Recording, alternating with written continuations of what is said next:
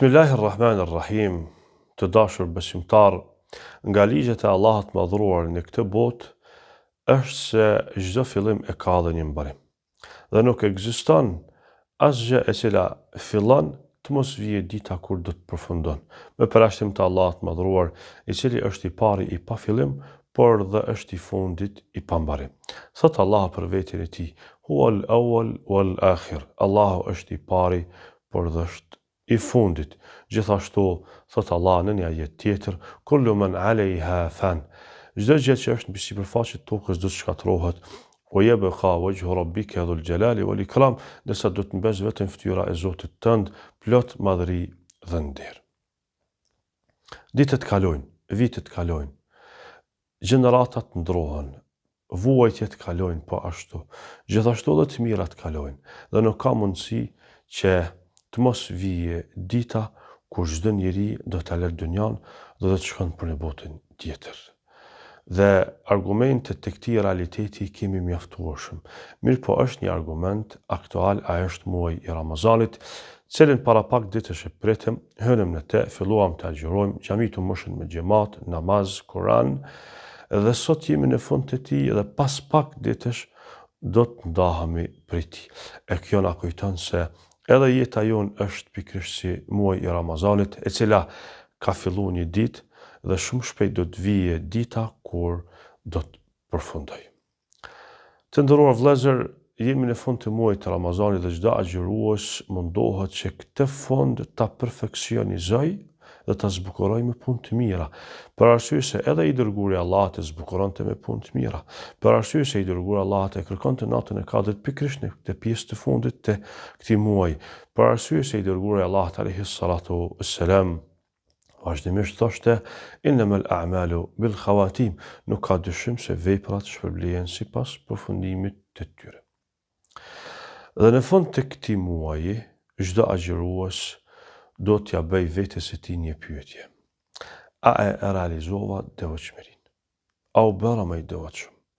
Sepse ju e dini se nga qëllimet e agjërimit nuk është vetëm të ndaluarit nga ngrënia dhe pirja.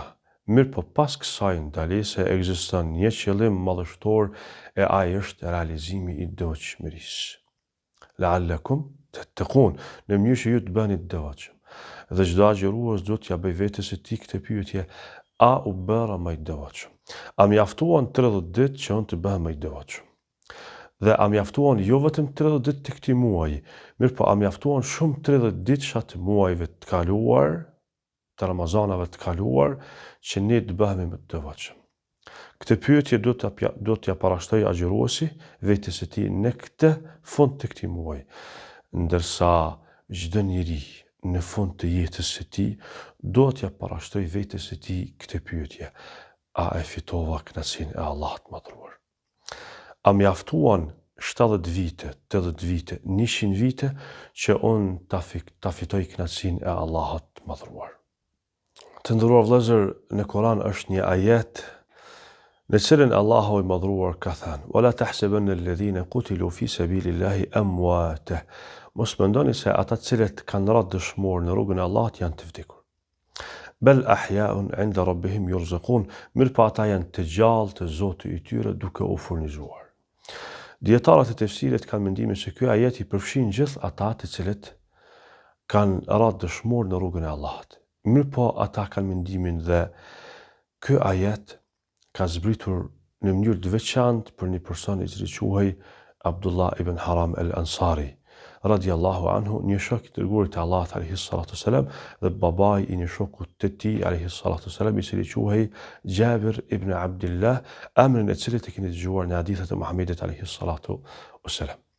Abdullah ibn Haram al-Ansari një natë para luftës së Uhudit shane ëndër veten e tij dhe sheh se ky do të jetë i pari i cili do të vritet në këtë betejë. Dhe zgjohet nga gjumi, përgëzohet, gëzohet shumë dhe zgjon dhe djalin e tij Jabirin, dhe cilit i thot: O Jabir, porosis se ti jesh i dëgjueshëm, ti jesh i dobishëm për motrat tua, sepse unë do jem i pari i cili do vritet nesër në këtë betejë. Për arsye se kam pa në ëndër kështu. Dhe kur bëhet mëngjes, Abdullahu radiallahu anhu veshet, parfymosët, rregullohet, drejtohet ka kibla dhe i ngrit duart dhe i ban dua Allahut madhruar, dua të sinqert, dua të cilën Allahu ja pranon. Dhe duaja e tij ishte kjo: Allahumma khudh min demi hatta tarda. O Allahu im, merr prej gjakut tim derisa ti jesh i kënaqur. Dhe fillon lufta, zhvillohet betejë, vritet kush vritet, dhe Allah i madhruar besimtarit sinqert, i cili i ban dua Allahut lutje të sinqert, dua të sinqert, ja pranon lutjen e tij. Dhe Abdullah ishte i pari i cili vritet në këtë betejë. Pas përfundimit të luftës, filluan të kërkojnë dëshmorët dhe gjejnë Abdullahun radiallahu anhu të vrarë, dhe Gjabiri, djali i tij, thotë se babai im është i pari i cili është vrarë në këtë betejë. Gjabiri thotë, pash babain tim të cilin e kishin mbuluar. Për rreth trupit e tij ishin të bërë sahabët tjerë, dhe ishte edhe i dërguari i Allahut alayhi salatu wassalam. U afrova tek babai i tij, e shplova fytyrën e tij, fillova ta puthi në ball, gjithashtu fillova të çaj. Sahabët tjerë më ndalonin duke më thënë mos çaj, mos u mërzit, ndërsa i dërguari i Allahut alayhi salatu wassalam më shikonte e nuk më ndalonte. Pas pak qastësh me tha: o Gjabir, e qajte apo nuk e qajte, u mërzite apo nuk u mërzite për te.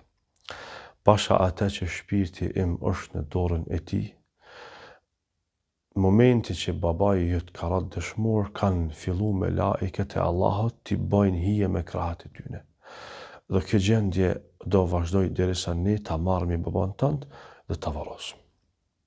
O Gjabir, pasha ata që shpirti im është në dorën e tij, me laiket e Allahut e kanë marrë babain tënd dhe e kanë vendosur në një vend në mes të qiellit dhe tokës, dhe e kanë pastruar trupin e tij me enë të mëdha prej ari, me ujë prej shiu.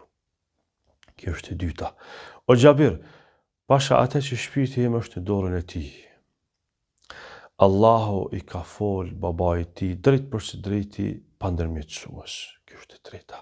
Dhe i ka thënë: o robi im, kërko, cila është dëshira jote? Tash vjen koha e dëshirave. O robi im, kërko, cila është dëshira jote? Dhe Abdullahu i thot Allahut: Allahumme, o Zoti im, unë kam dëshirë që të kthehem edhe një herë në dynja. Allahu i thot: pse o robi im kthehesh në dynja? Thot: vetëm që të vritem edhe një herë për hatër dhe për hir tënd. Allahu i madhruar i thot Abdullahut: kjo nuk ka mundësi, për arsye se unë kam premtuar se nga toka ju kam krijuar, në tokë do ju vendosim dhe prej tokës do ju nxjerrim edhe një herë tjetër.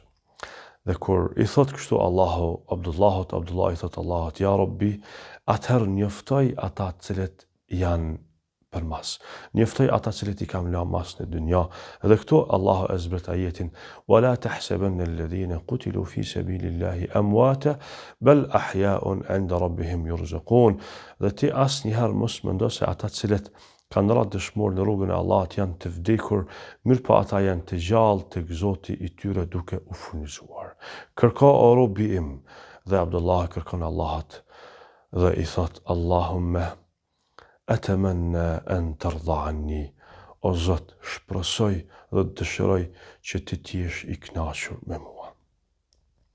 Të dashur vëllezër, çdo agjërues në fund të Ramazanit duhet të mendoj se a e ka realizuar devotshmërinë. A ka mjaftuar 30 ditë që ai të bëhet më i devotshëm? Gjithashtu, çdo njeri në fund të jetës së tij duhet të mendoj dhe t'ja bëj vetes së tij këtë pyetje: a e fitova kënaqësinë e Allahut madhruar? A mjaftoi një jetë e tërë që unë ta fitoj kënaqësinë e Allahut të madhruar?